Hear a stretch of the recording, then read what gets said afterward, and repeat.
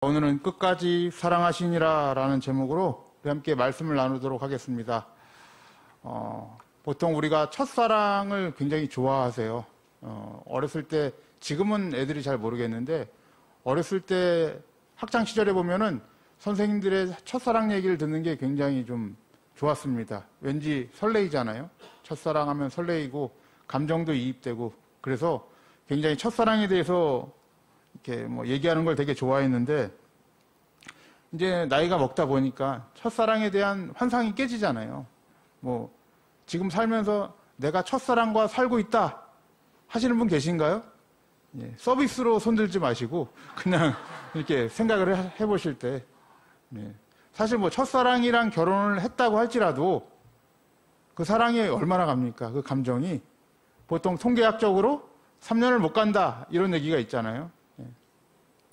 물론 참 희한하게 우리 목사님들 중에서는, 특히 이 설교 시간에 자주 사모님에 대해서 말씀하시는 우리 목사님들 계시죠? 제가 딱 두 분으로 압축할 수 있는데, 유 목사님하고 김성은 목사님, 이 두 분은 사모님을 너무 사랑하세요. 그래서 계속 그 사랑이 유지되는 것 같은데, 그 외에는 제가 그렇게 못 본 것 같아요.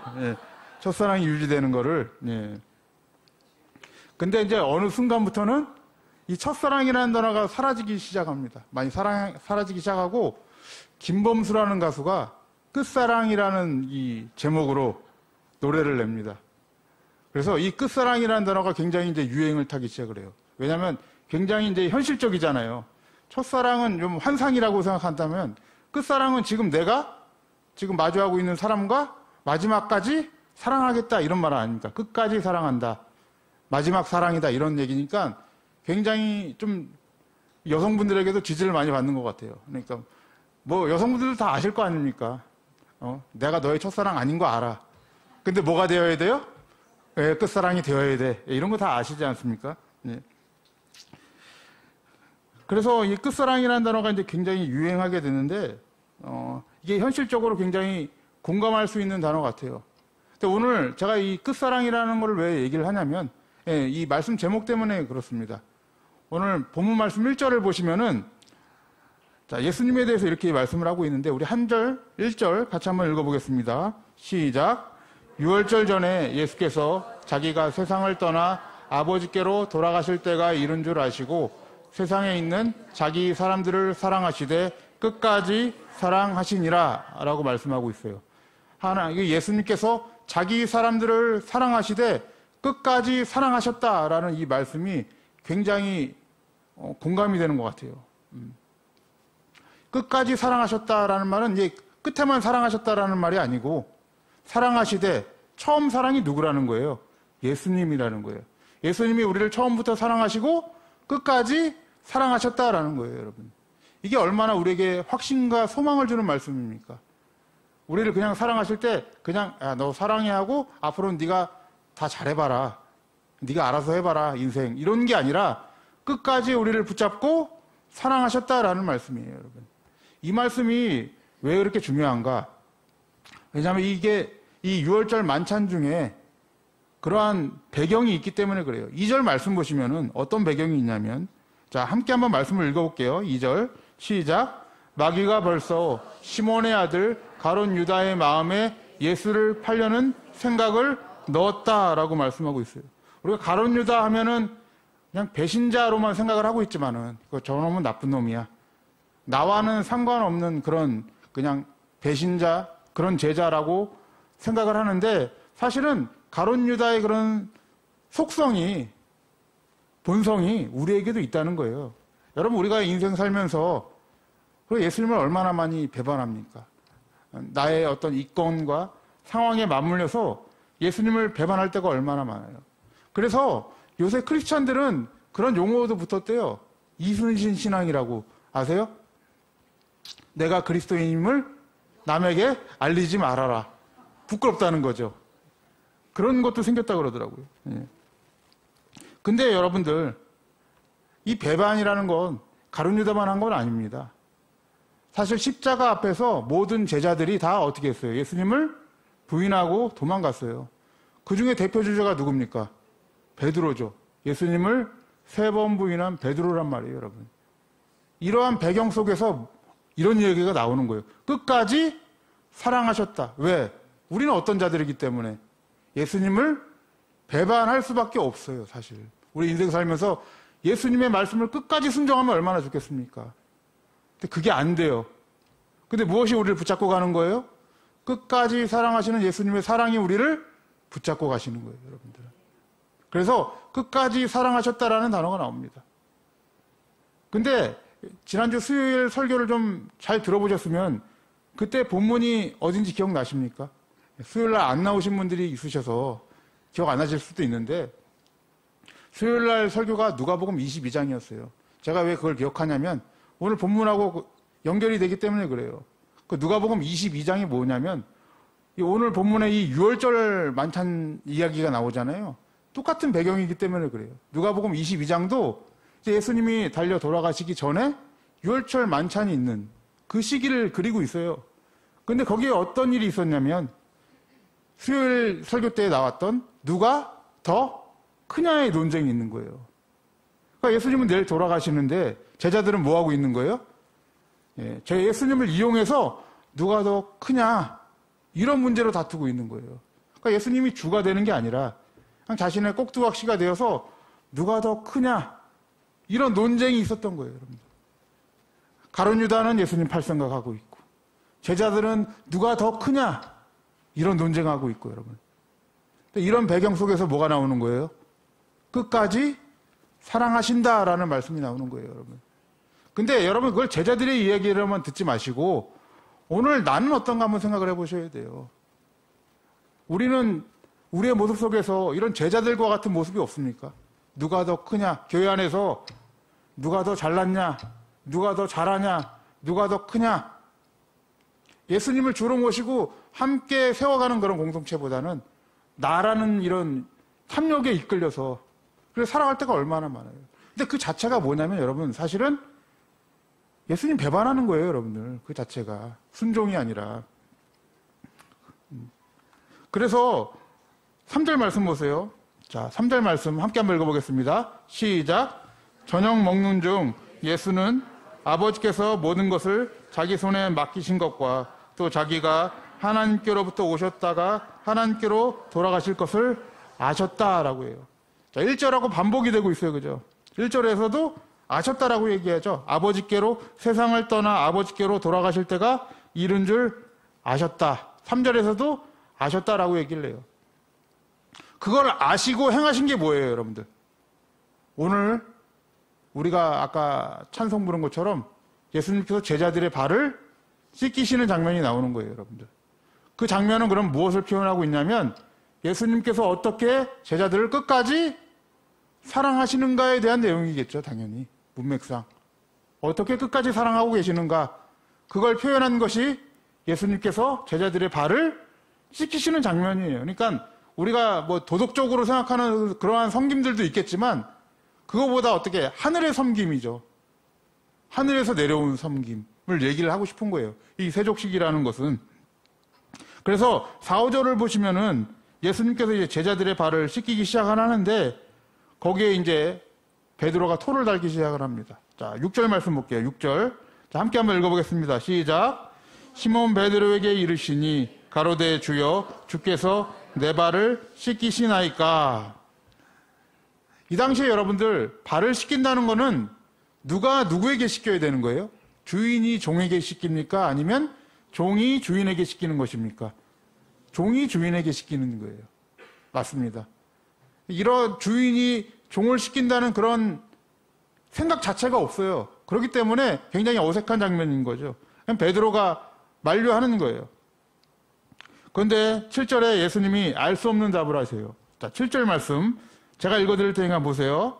예수께서 대답하여 가라사대 때 나의 하는 것을 내가 이제는 알지 못하나 이후에는 알리라 라고 얘기를 해요.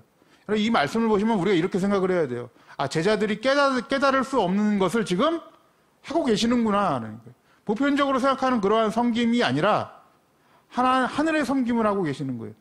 땅에서는 생각할 수 없는. 근데 언제 알게 된대요? 이후에는 알게 된다고 얘기를 하죠. 이 이유가 언제입니까? 예수님께서 죽으시고 부활하시고 누가 오신 이후에? 성령께서 오신 이후에, 오순절에 성령께서 오신 이후에 그때는 알게 되겠죠. 이 끝까지 사랑하시는 그 사랑을 알게 되겠죠. 그 전까지는 몰라요, 제자들이. 왜?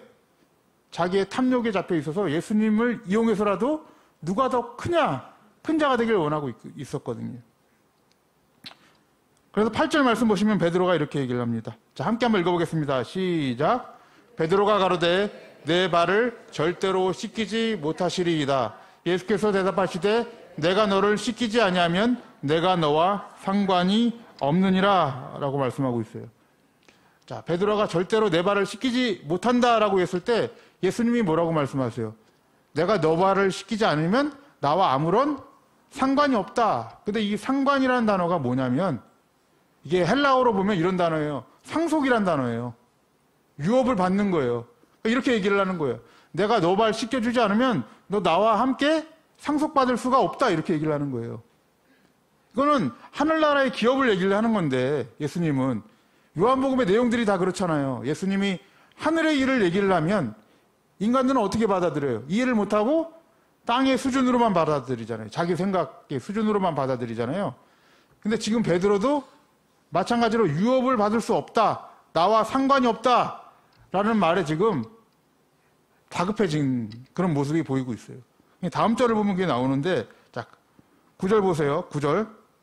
자, 함께 한번 읽어볼게요. 시작. 시몬 베드로가 가로되 주여 내 발뿐 아니라 손과 머리도 씻겨 주옵소서 라고 얘기해요. 이게 굉장히 다급한 거예요. 이제는 발뿐만 아니라 모두 씻겨달래요. 손과 머리도 다 씻어달래요. 왜? 나는 예수님과 함께 반드시 더 많은 상속을 받아야겠다는 의지가 있는 거죠, 여러분. 네, 그런 의지들이 있어요, 여러분. 근데 여러분, 이 말씀을 통해서 우리가 깨닫는 것이 있는데 무엇이냐면 예수님께서 발을 씻기는 사건은 무엇이냐면 예수님과 우리가 함께 어떤 사건이에요? 유업을 받는 사건이라는 거예요. 이 섬김은 예수님과 우리가 함께 연합이 되는 사건이라는 거예요. 상관이 있다라는 묶이는 사건을 얘기를 하고 있는 거예요. 이 세족식은 하나가 되는 사건. 이게 바로 예수님께서 제자들을 발을 씻기시는 사건이라는 거예요, 여러분. 그럼 그 사건이 뭘 의미하겠습니까, 여러분들? 십자가 사건을 의미하는 거예요, 여러분들. 그러니까 요한복음을 보면 12장서부터 계속해서, 아니, 그 전문서부터 요한복음에 7가지 표적이 나오죠. 표적서부터 계속해서 십자가를 얘기를 하고 있어요, 여러분들. 그래서 12장에 보면 미랄에 대해서 얘기하잖아요. 그래서 내가 죽으면, 내가 썩어져 죽으면은 많은 열매를 맺는다. 그 십자가 사건 얘기하는 것 아닙니까? 14장에서도 내가 아버지의 집에 너희의 거처를 예비하러 간다. 십자가 사건 얘기하는 거예요, 여러분들. 계속해서 십자가 사건을 얘기하는 거예요. 13장에 이 세족식도 뭐와 연결이 되어 있는 거예요? 끝까지 우리를 사랑하셨다라는 것은 우리의 죄를 끝까지 다 씻어주시겠다라는 의미가 있잖아요, 여러분. 그게 무엇과 연결이 되어 있습니까? 십자가와 연결이 되어 있는 거예요. 하늘의 섬김이 우리에게 오는 그런 끝까지 사랑을 이 세족식으로 지금 표현하고 있는 거예요, 여러분들. 그래서 그렇게 하늘의 것을 얘기하고 있는데 베드로는 어떻게 받아들인 거예요? 상속적으로 받아들인 거죠. 땅의 것. 예수님이 이제 이 세상의 주가 되면 거기에 나도 어느 정도 그냥 한 자리 차지할 수 있는 그런 상속을 원하는 거예요. 그런데 예수님께서 뭐라고 대답하시는지 보세요. 10절 말씀 볼게요. 10절. 자, 함께 한번 읽어보겠습니다. 시작. 예수께서 가라사대 이미 목욕한 자는 발밖에 씻을 필요가 없느니라. 온몸이 깨끗하니라. 너희가 깨끗하나 다는 아니니라 하시니. 자, 이 말씀이 굉장히 어렵습니다. 왜 어렵냐면은 이게 참 모순적이거든요. 말씀을 좀 자세히 보면은 굉장히 모순적이에요. 10절 말씀 한번 띄워주세요. 띄워주시면서 같이 한번 읽어보시면은 이렇게 눈으로 보세요. 보시면은 예수님이 뭐라고 얘기하세요? 이미 목욕한 자는 발밖에 씻을 필요가 없다라고 말씀하시는데 온몸이 어떻대요? 깨끗하대요. 그럼 발은 온몸에 속합니까? 안 속합니까? 속해요, 여러분들. 근데 이게 약간 모순적이잖아요. 그러니까 온몸이 깨끗한데 다는 아니다. 이렇게 말씀하시니까. 그러면 왜 발을 씻으라고 꼭 얘기를 하실까? 다 깨끗한데. 근데 또 뒤에 말씀은 또 다는 아니니라 이렇게 말씀하고 있으니까 이게 막 헷갈린 거예요. 그래서 카톨릭에서 이걸 어떻게 해석을 했냐면 이렇게 해석을 했어요. 카톨릭에서 해석하는 거예요. 카톨릭에서 발을 씻는다는 의미를 그렇게 해석을 해요. 예수 그리스도의 십자가로 말미암아 우리의 원죄는 사해졌지만 살아가면서 뭘 지어요? 죄를 짓잖아요. 자범죄라 그러잖아요. 자범죄를 짓기 때문에 이 발 닦는 일을 어떻게 표현하냐면 자범죄를 씻는 것으로 생각을 합니다. 그렇게 얘기를 해요. 그래서 등장한 게 뭐였냐면 고해성사예요. 고해성사. 그게 발 닦는 일이에요. 거기서는 여러분. 근데 여러분 이렇게 해석을 하면 문제가 있어요. 왜 문제가 있느냐? 예수 그리스도의 십자가의 구속은 어디까지인가? 의문이 되겠죠. 우리의 자범죄까지는 용서하지 못하는 그런 약간 부족한 십자가가 되잖아요. 오늘 끝까지 사랑하신다 그러는데 끝까지 사랑할 수 없는 그런 십자가가 되지 않겠습니까? 그래서 이거는 카톨릭의 해석이기 때문에 우리는 그렇게 해석을 하지 않습니다. 그럼 우리는 이 말을 어떻게 해석하고 있느냐? 그러니까 오늘 이제 주무시지 마시고 끝까지 들으셔야 돼요. 예. 네. 이게 어떻게 끝나는지. 지금 대답 안 해줄 거니까 예. 듣고 바로 잘 주무실 것 같아서 예. 끝까지 들으시기 바랍니다. 자, 다 깨끗하지 않다라는 말씀을 하세요. 10절 보시면 다는 아니다. 이 다는 아니다라는 그 의미가 11절에 해석이 되고 있어요. 11절에 자, 11절 말씀 함께 볼게요. 시작. 이는 자기를 팔자가 누구인지 아심이라. 그러므로 다는 깨끗이 아니하다 하시니라 라고 되어 있어요. 자기를 팔자가 누구예요, 여러분들? 가룟 유다예요, 여러분들. 다 깨끗하지만, 온몸이 깨끗하지만 다는 아니다라는 말은 무엇이냐면 공동체 안에 다 그리스도의 보혈로 깨끗하지만 어떤 사람도 있다는 거예요. 가룟 유다와 같은 사람도 있다는 거예요, 여러분들. 예수님을 배신하는 자가 있다는 거예요.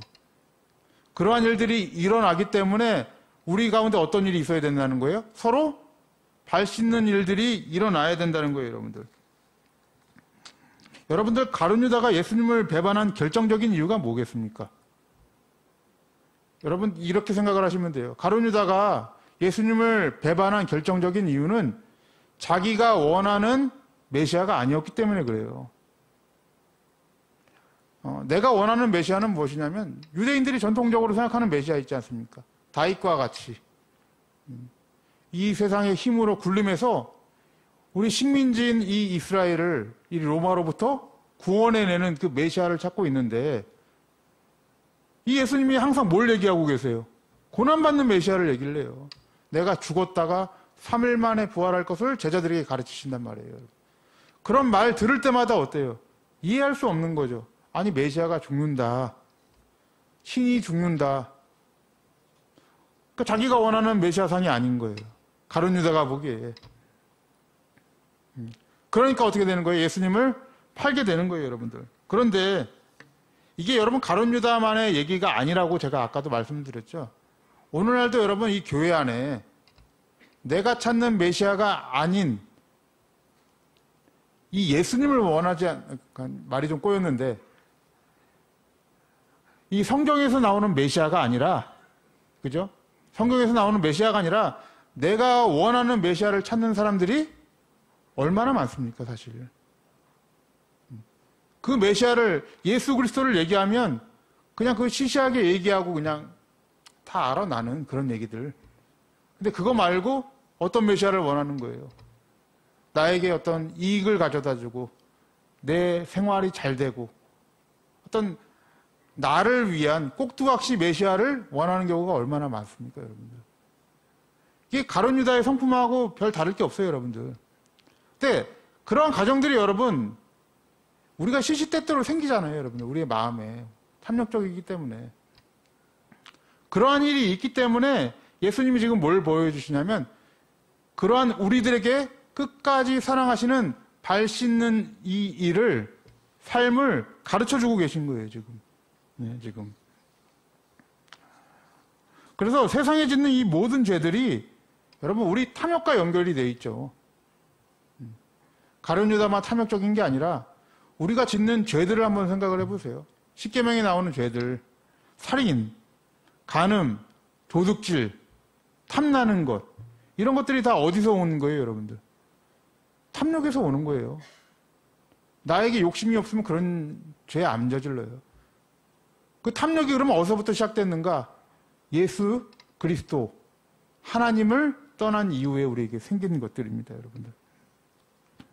그래서 이러한 일들이 있기 때문에, 자, 예수님은 분명히 우리도 서로 발을 씻어주라는 의미에서 세족식을 한 거예요, 여러분들. 자, 12절 말씀 볼게요. 그 밑에 문맥인데 오늘 읽지는 않았어요. 너무 길어서. 근데 이 20절까지, 그 전까지 할 건데, 자, 12절 말씀 한번 볼게요. 12절. 저희 발을 씻기신 후에 옷을 입으시고 다시 앉아 저희에게 이르시되 내가 너희에게 행한 것을 너희가 아느냐. 13절 계속 띄워주세요. 너희가 나를 선생이라 또는 주라 하니 너희 말이 옳도다. 내가 그러하다. 내가 주와 또는 선생이 되어 너희 발을 씻겼으니 너희도 서로 발을 씻기는 것이 옳으니라. 내가 너희에게 행한 것 같이 너희도 행하게 하려 하여 본을 보였노라. 아멘. 세족식을 행한 이유가 무엇입니까? 내가 행한 것 같이 너희도 행하게 하기 위해서 본을 보였다라는 거예요.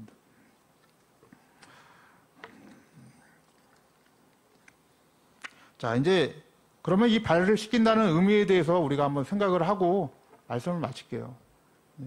그러면 발을 씻기는 삶이라는 게 무엇일까? 우리도 서로 발을 씻어야 되는데 발을 씻기는 삶이란 무엇인가?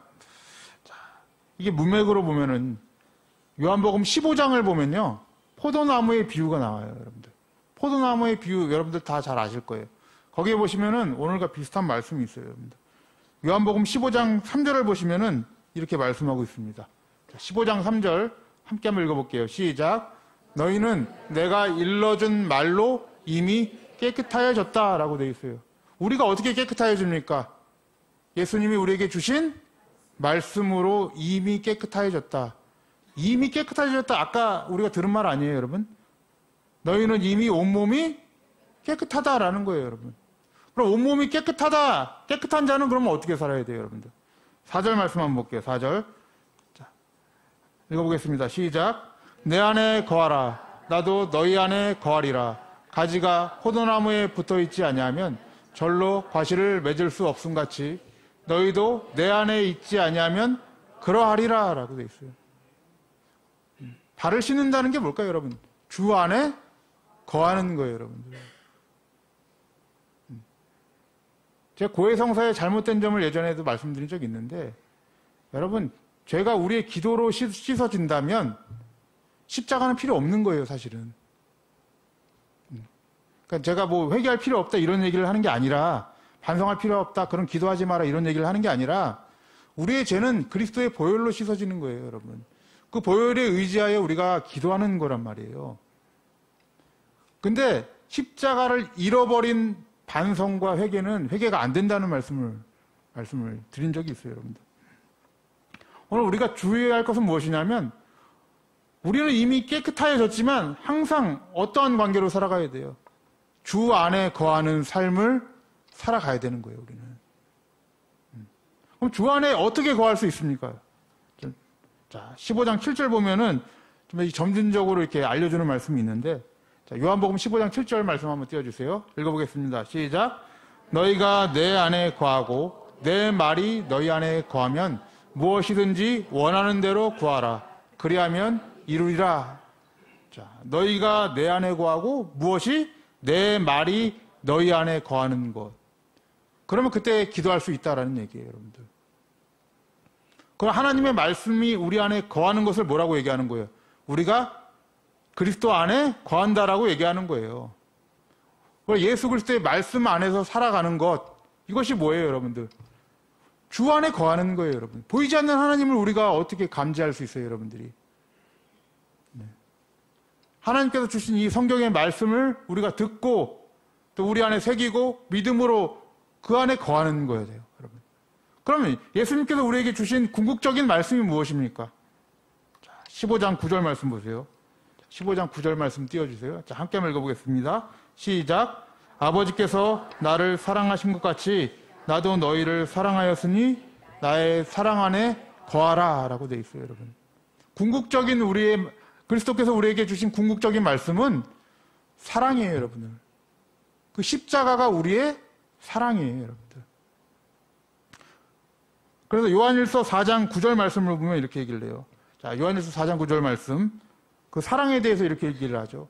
함께 한번 읽어보겠습니다. 시작. 하나님의 사랑이 우리에게 이렇게 나타난 바 되었으니 하나님이 자기의 독생자를 세상에 보내심은 저로 말미암아 우리를 살리려 하심이니라.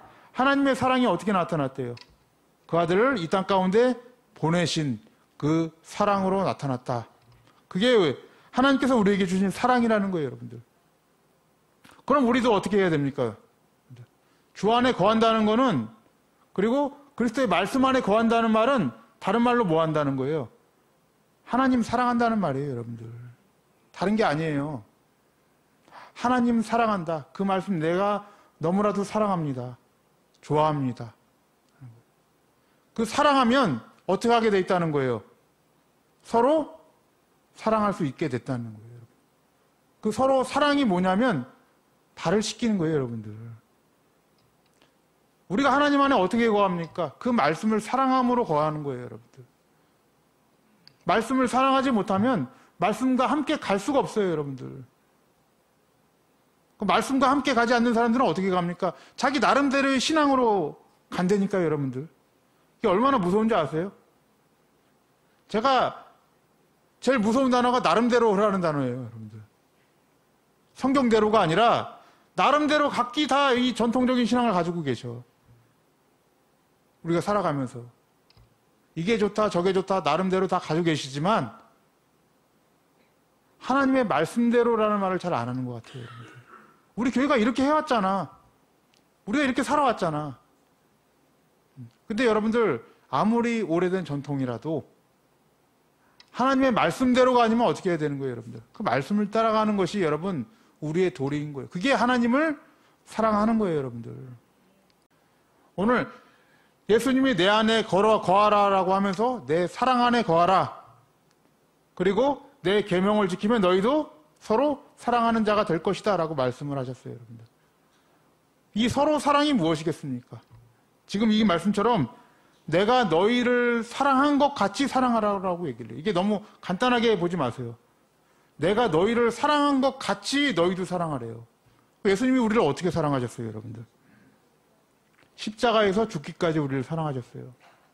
우리는 여러분 어떻게 사랑해야 되겠습니까? 내가 죽기까지 사랑할 수 있어요, 없어요? 네. 대답 못 하시겠죠? 사실 힘들어요, 여러분들. 근데 우리 안에 뭐가 있어요? 사랑의 말씀이 있어요, 여러분들. 우리의 의지와 감정으로는 그게 안 돼요, 사실. 왜? 내가 너무나도 세, 아직도. 너무나도 높아. 나를 포기할 수가 없어요, 여러분. 근데 우리 안에 누가 계십니까? 성령과 말씀이 계셔요. 나를 부인하게 만드는 말씀이 계세요, 여러분들. 그 말씀을 내 형제에게 전해주는 것. 이게 뭔지 아세요, 여러분들? 이게 사랑이에요, 여러분들.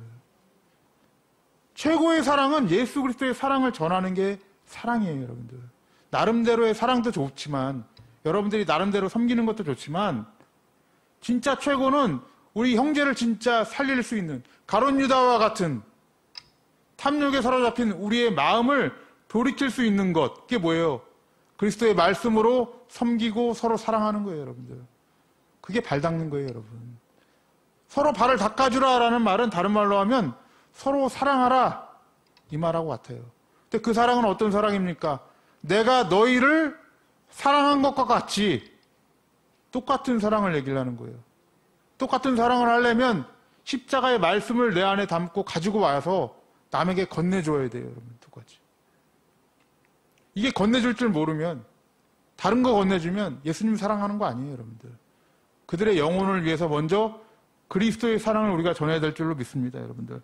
그래서 우리 여기 계신 오늘 권사님들, 이 권사님들이 일선에서 서로 사랑을 실천하셔야 됩니다.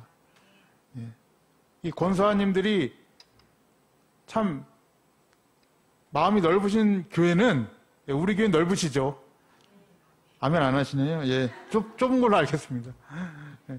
마음이 넓으신 그런 교회는 권사님들이 교회가 아주 편안하게 돌아가요. 근데 참 여자들이 무섭다고 마음이 좁고 옹졸한 그런 권사님들이 많은 교회는 하나하나 다 삐걱거려요. 하나하나 논쟁이 더 많아요. 사실 남자들보다 그 여자들의 세계를 우리가 이해를 못하지 않습니까, 제가. 근데 그 세계가 더 복잡하지 않아요. 근데 넓으면 또 남자들보다 한없이 또 넓으세요. 예. 근데 그 사랑을 제일 일선에서 실천해야 될 분이 바로 우리 권사님들이에요, 여러분들. 그러기 위해서는 어떻게 됐습니까? 나를 부인하고 그리스도의 사랑을 내가 전해야 돼요, 여러분들. 근데 나의 탐욕적으로 너무 이끌어가다 보면 사랑을 전할 수가 없어요. 본이 되지 못하기 때문에. 그렇기 때문에 여러분들 우리가 항상 우리 안에 무엇을 간직하고 계셔야 됩니까? 그리스도의 십자가의 말씀을 간직하고 계시길 바랍니다. 그러니까 너무 교회 안에서 뭐 인정받으려고 하지 마세요, 너무. 그리고 너무 화려하게 안 하셔도 돼요. 그럼 문제는 뭡니까? 우리가 서로 예수 안에 있게만 만들어주시면, 우리 권사님들이 예수 안에만 붙어있게 만들어주시면 열매는 어떻게 됩니까? 하나님께서 저절로 만들어주시는 거예요, 여러분. 네. 그래서 우리는 무엇을 믿냐면 끝까지 우리를 사랑하시는 예수 그리스도의 십자가 사랑을 믿고 그 사랑을 전하는 거예요, 여러분들. 우리를 가룟 유다와 같은 우리를 책임져 주시고 끝까지 사랑하시는 그 사랑을 함께 전하여서 함께 어떻게 만들어야 돼요? 예수 안에 거하게 만드시는, 그래서 함께 열매를 맺으시는 우리 권사님들 되시기를 주님의 이름으로 간절히 축원합니다.